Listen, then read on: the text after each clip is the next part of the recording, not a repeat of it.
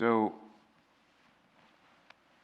when I was first ordained, I was assigned at St. Monica, and there was a family there, and they were Anglicans, high Anglicans, so used to all of the beautiful smells and bells and beautiful yet empty liturgies that the High Anglican Church of England could put on.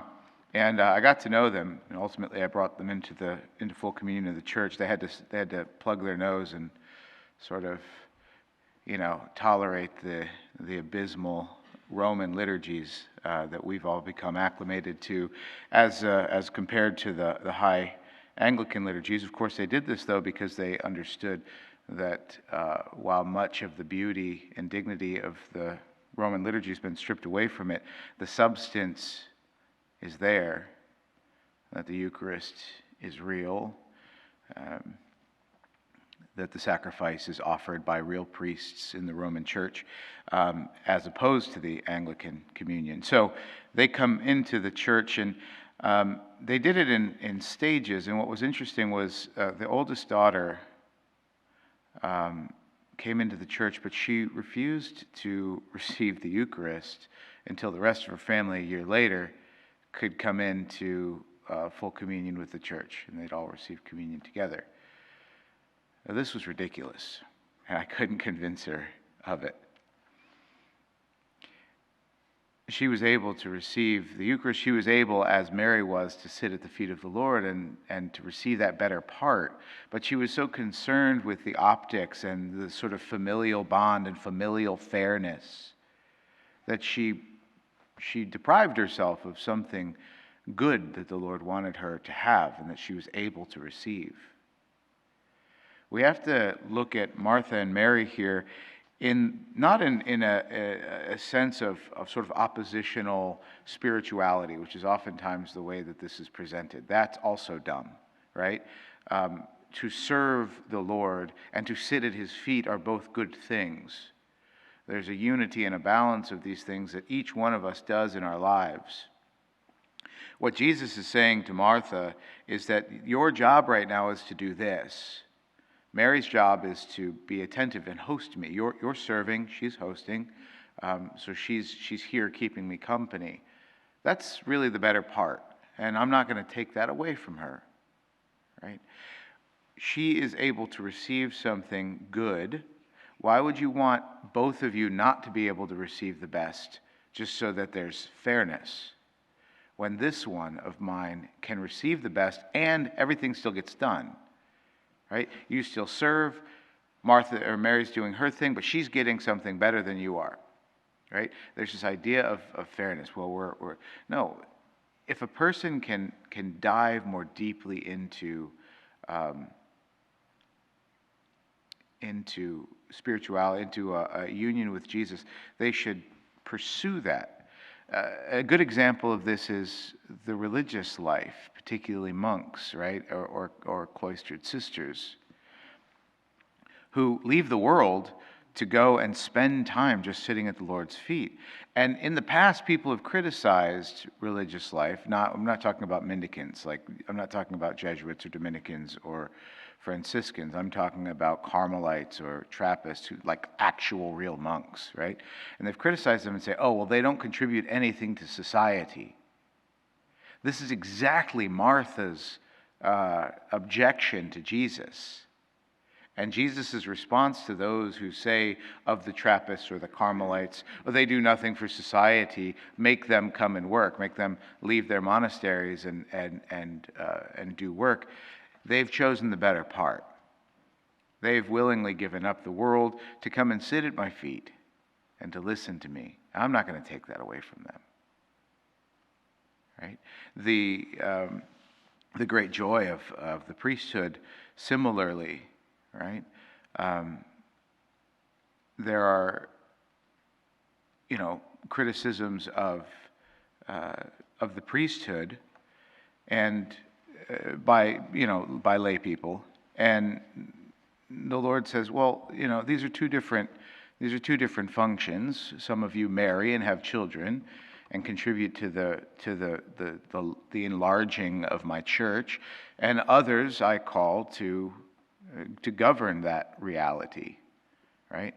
And so we see that within a single body, there are different jobs. Paul talks about this, right? There are different parts to the body. And one can't say to the other, let me do what you do. Let me stop doing what I'm doing and let me do what you do. In marriage, we have the same thing between husbands and wives, right? We're living in a time right now which is so desperate to establish the sort of fairness that Martha is seeking, the sort of stripping away of goodness so that we're all equally base, that we're denying basic differences between men and women, which is denying the basic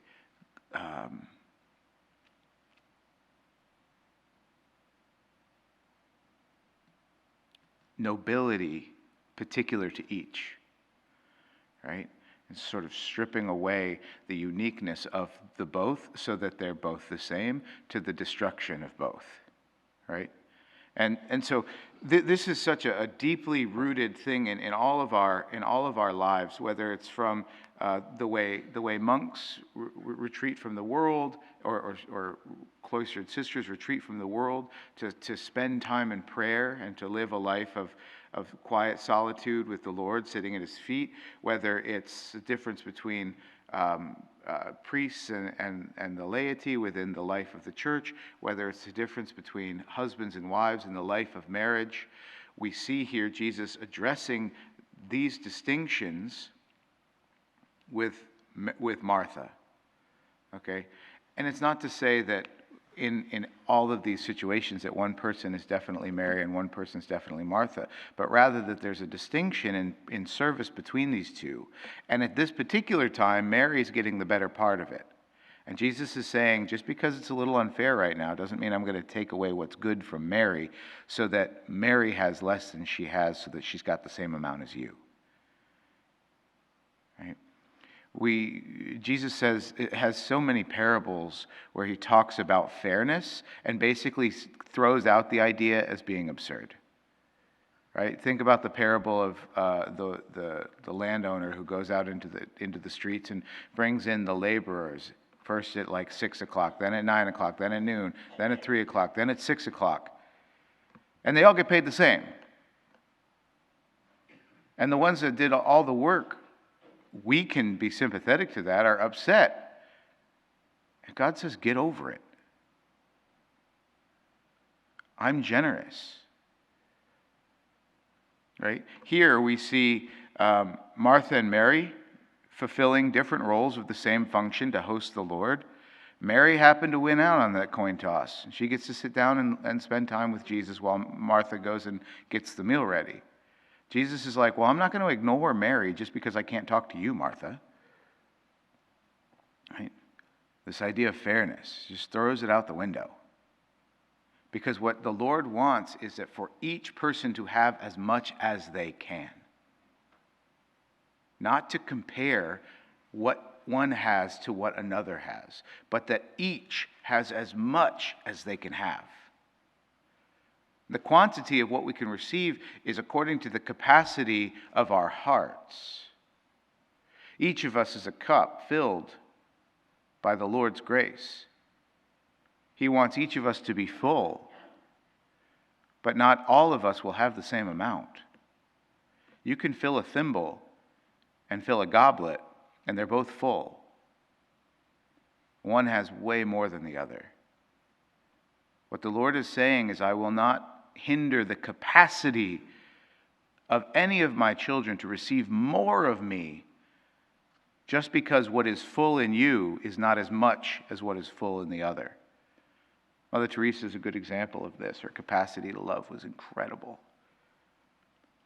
The Lord fills my cup to overflowing, but it's like a thimble compared to Mother Teresa's, like an above-ground pool, that's like stretching at the sides because the supports aren't enough, right? I'm not jealous of Mother Teresa. but I still strive to expand my capacity to receive more of God. Not because somebody else has more than I do, but because I just want more for myself. Right?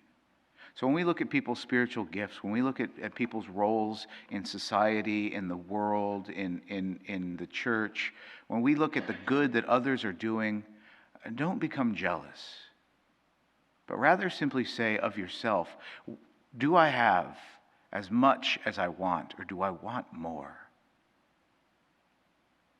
Do I want more grace? Do I want more capacity to love? Do I want a bigger place in heaven? Not because others have a bigger place, but simply because I want a bigger place in heaven. And then go and live your life in such a way that you claim that for yourself, because the Lord wants you to have it. He's just waiting for you to abandon the distractions and sit down at his feet and claim it. Right? If we can get rid of the hate that we have for other people, all of this pitting one another against themselves, all of this fighting because of comparison, stuff that social media is just sort of throwing fuel on the fire, right? If we can get rid of this comparison, that's where the idea of fairness comes from, right?